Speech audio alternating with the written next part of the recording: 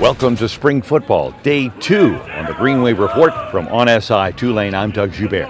The Green Wave Report is a weekly rundown of stories we put together, analysis of what went on, and what you'd expect later in the week from On SI Tulane, part of the Sports Illustrated Network. Today, another cloudy, humid morning. I didn't think the humidity could get any higher than what it did. It did. Everything with a layer of sweat on it all over Yulman Stadium. But the temperatures weren't that bad. Another day of shirts and shorts in the Guardian caps. They worked on live no-contact kicking game this time around. The transfer kicker, Jackson Corville, was true from both from the PTA all the way out to 45 yards out, and he was 4 for 4. Returning kicker, Zach Marini, went 3 for 4, missing from 35 yards out. And we did get to see Carr alum Jalen Lucas, who is transferred into Tulane. He really looked pretty good, pretty darn good out there. He's a scat back kind of guy, and he's able to go ahead and really move. And he was able to return some punts. But again, live, but no contact being done. Yesterday, I completely failed to mention that Zion Chris Gremion, that is limited in this early part of spring. He is limited because he tweaked his hamstring a couple of weeks ago, so to just hold him out, he's not getting the reps that all the other players are getting at the quarterback position. We'll be back with more in just a moment.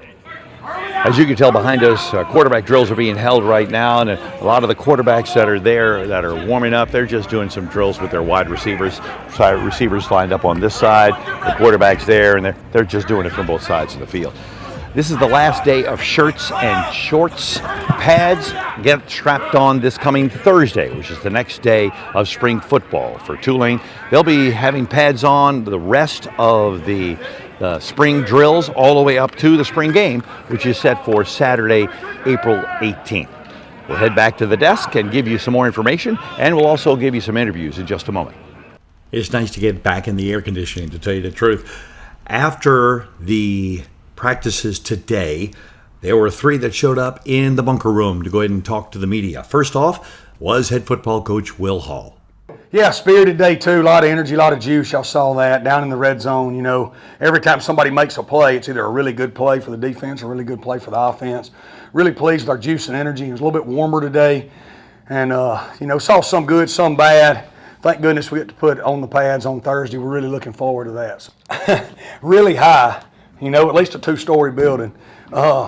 He's really talented, really driven. Like I said, growing up in that Carr program, he's accustomed to winning. He's accustomed to being a leader. That's why he wore jersey number 2 there. Just getting comfortable with our system, getting comfortable with our backs. But, man, he's a driven kid. He's never satisfied. I've been really pleased with his demeanor. He's not there yet. He's got to continue to work. But, boy, I love coaching him every day. I do, man. I can't wait to see him, and I can't wait to coach him. And he loves to be coached. You can convince yourself of anything, really, because it's just not real,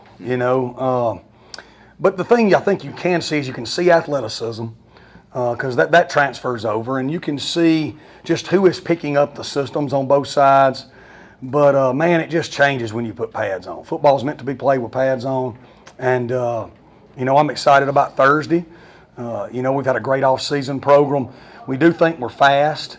I think you can see that with no pads, but it'll all change on Thursday, and we got to be an extremely physical team. That's what we've been here, and that's what we expect to continue to be. Yeah, I think we're deeper on at defensive back than we were last year. We got a lot of guys that can play. We got a lot of guys that have played and can play. So when you have a lot of them, you have a lot of competition. I think, obviously, you notice the running backs. Even without Jamari McClure there, you notice the speed and athleticism with the way we've added to the running back room. Brock Hayes did a great job with that. And so that's 2 areas where you can really see, a lot of speed and a lot of playmaking ability, even with no pads on. And a lot of those guys have played, so you know what you do have, when the pads come on with those guys. Yeah, so we want to get our best 5 on the field. That's the number one thing, is getting our best players on the field as much as possible. So, everybody's got a primary position and a secondary position, and learning how the defense works conceptually, not just your position. Josh is a guy that's really long and has been a phenomenal tackler in the kicking game. Josh knows with all the work he's put into, it is time for him to play more on defense. Now, that's up to him. He's got to do that and make that happen. He's attacked this offseason, particularly early on, in a way to do that. But he's got a lot of competition back there. We got a lot of speed, and that's without Jack Chinshu and T.J. Smith, who are out due to off-season surgery, who are obviously really dynamic players and made a lot of plays for us too. First up, LSU transfer and, of course, former car athlete, wideout Destyn Hill. I mean, at the end of the day, I just go to the best place for me to be developed. And every place I went, I felt that was the best place at the time for me to develop my game. And wherever I landed at, that's what it was. And I went in there with my best foot forward, and the results going to be the results. I just trusted in what Coach Carter and Coach Hall had planned for my position, me, and the team. So that's the move I made. Definitely. My support system is here. It's just a better place for me to get better and develop my game. Like I said, I trusted in what Coach Carter said. And I've been working with Coach Carter since I was in high school, so I really trust in what he has planned and his development. I feel like I always have a chip on my shoulder, even when I was working on getting back into it. Every practice I gave my all. I made plays at practice, but like I said, the rotation was already going, and it just took some time for me to get back in it. The ball, everywhere else you take visits, it's about money. I wasn't really too much worried about the money. The ball was the most important thing when it comes to all of this. This offense? Yeah, definitely. Coach Hall said he planned on throwing the ball way more this year than any previous year, so that took my mind completely, and I like that plan, and I'm ready to go forward with it. We hope you've enjoyed today, number 2 spring football practice update.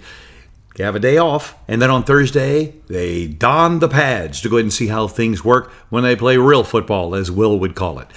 We'll talk to you then. Until then, I'm Doug Joubert.